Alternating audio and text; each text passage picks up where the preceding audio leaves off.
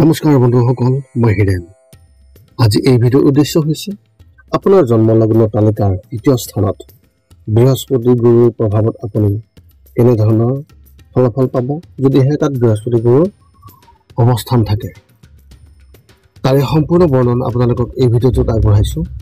প্ৰথমে মোৰ চেনেলটো আপোনালোকে ছাবস্ক্ৰাইব কৰি ল'ব, যাতে মোৰ পিছৰ ভিডিঅ'বিলাক আপোনালোকে সহজে লাভ কৰিব পাৰে। লগতে মোৰ ভিডিঅ' যদি ভাল লাগে তেন্তে লাইক আৰু শ্বেয়াৰ কৰিব, কমেণ্ট কৰি আপোনালোকৰ মনোভাৱ প্ৰকাশ কৰিব। এতিয়া হওঁ মূল বিষয়লৈ। আজিৰ ভিডিঅ'ৰ উদ্দেশ্য হৈছে আপোনাৰ জন্ম লগ্ন তালিকাৰ তৃতীয় স্থানত বৃহস্পতি গুৰুৰ উপস্থিতিৰ ফলত আপুনি কেনেধৰণৰ ফলাফল লাভ কৰিব। ৰাশিফলত থকা সকলো গ্ৰহৰ ভিতৰত বৃহস্পতি গুৰুৰ যি স্থান, সেই স্থান অতি মহান বুলি কোৱা হয়। গুৰুৱে আধ্যাত্মিক শিক্ষক বা গুৰুৰ ভূমিকা পালন কৰে। ই এক লাভজনক গ্ৰহ যিয়ে উচ্চ জ্ঞান, শিক্ষণ, আধ্যাত্মিক আৰু বৌদ্ধিক আদিৰ ক্ষেত্ৰৰ সৈতে বিশেষভাৱে মোকাবিলা কৰে। প্ৰতিজন মানুহৰ ৰাশিফলতো 12টা ঘৰৰ নিজস্ব গুৰুত্ব আছে। তৃতীয় স্থানত থকা বৃহস্পতি গুৰুৰ অতি গুৰুত্বপূৰ্ণ ভূমিকা পালন কৰে।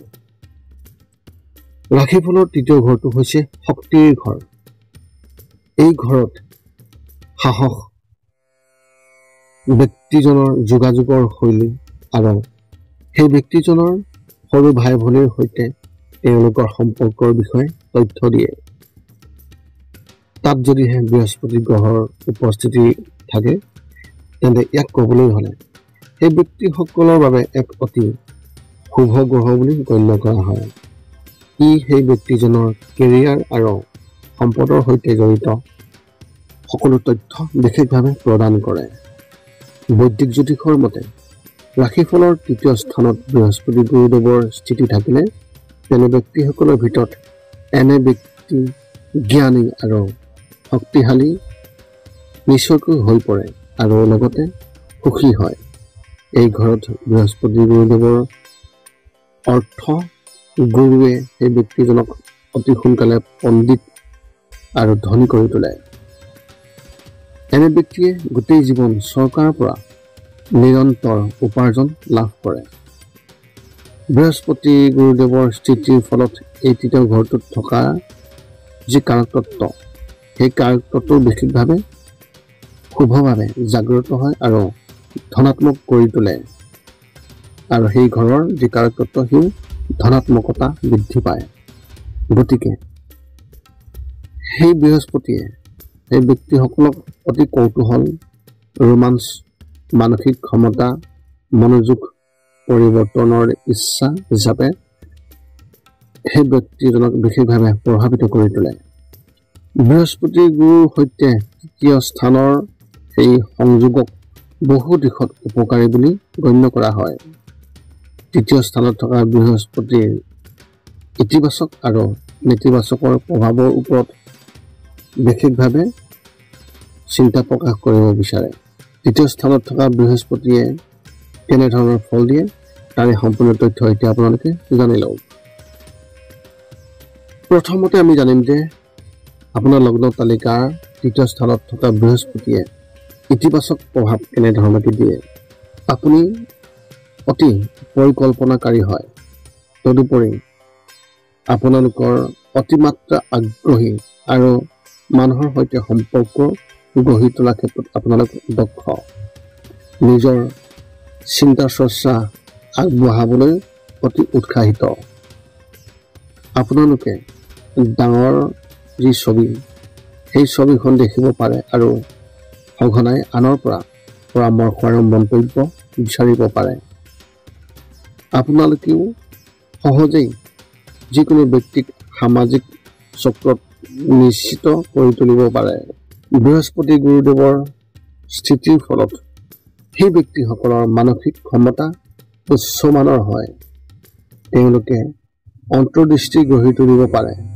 মগজুৰ ক্ষমতা অতি বৃদ্ধি পায়, যাৰ ফলত সেই ব্যক্তিসকলে নতুন জ্ঞান সহজে আহৰণ কৰিব পাৰিব আৰু ধাৰণা বুজিব পাৰিব।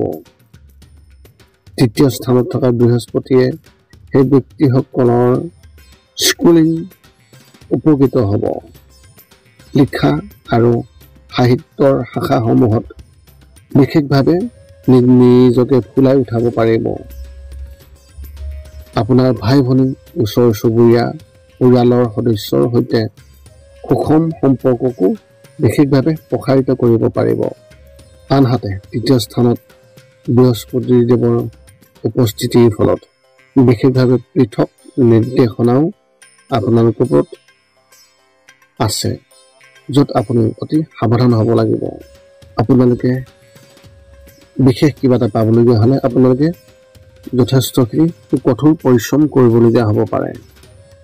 তদুপৰি বৃহস্পতিৰ অৱস্থানে সেই ব্যক্তিসকলক বিপুল দূৰত্ব অতিক্ৰম কৰিবলৈ বাধ্য কৰাব পাৰে। বৃহস্পতিৰ উপস্থিতি থকা লোকসকলৰ ক্ষেত্ৰত এইটো এটা ক'ব পাৰি যে আপোনালোকে বেছি কথা নকয়। জীৱনত আগবাঢ়ি যাবলৈ মানুহে বহুত সংগ্ৰাম কৰিবলগীয়া হয়, যেনে আপোনাৰো তেনে এক নিদৰ্শন। যদিহে আপুনি এগৰাকী মহিলা, তেন্তে আপোনাৰ স্বামী আপোনাৰ কাৰণে অতি গুৰুত্বপূৰ্ণ। যেতিয়াই তেওঁলোকে পৰিয়াল আৰু বন্ধু বান্ধৱীৰ সৈতে সময় কটাব, তেতিয়াই এই কথা স্পষ্ট হৈ পৰে। আপুনি আধ্যাত্মিকভাৱেও আপুনি আগবাঢ়ি যাব পাৰে। এই ব্যক্তিসকলে অহৰহ নতুন ব্যক্তিক লগ কৰিব পাৰে। তেওঁলোকে নিজৰ দিগন্ত বহল কৰাৰ প্ৰয়োজনীয়তা অনুভৱ কৰিব, যাতে আকৰ্ষণীয় আৰু সংকোচন নহয়। এতিয়া আপোনালোকে জানি লওক যে আপোনাৰ জন্মলগ্ন তালিকাৰ তৃতীয় স্থানত বৃহস্পতিৰ নেতিবাচক প্ৰভাৱ কেনেধৰণৰ।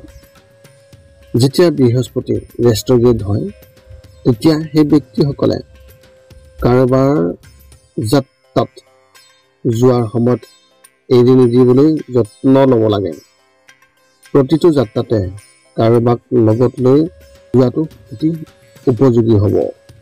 লগতে মানুহে এটা বা দুটা কথাত গুৰুত্ব দিবলৈ শিকিব লাগে, যাৰ ফলত আপোনালোকে নিজৰ জ্ঞান দ্ৰুত হাৰত উন্নত কৰিব পাৰিব। লগতে অত্যাধিক নতুন মুখৰ আৰু অভিজ্ঞতাই হয়তো সহজেই এই ব্যক্তিসকলক আগুৰি ধৰিব। ফলত ব্যক্তিসকলে কোনো পৰিস্থিতিত এৰি যাব নালাগে, যেতিয়ালৈকে তেওঁলোকে ইয়াৰ পৰা যিমান পাৰে সিমানখিনি আগজাননী কৰা নহয়। ইয়াৰ ফলত তেওঁলোকে নিজৰ ভাগ্যৰ ৰেখাডাল দীঘলীয়া কৰিব পাৰে আৰু লগতে নিজৰ দয়া আনৰ প্ৰতিও বিয়পাই দিব পাৰে।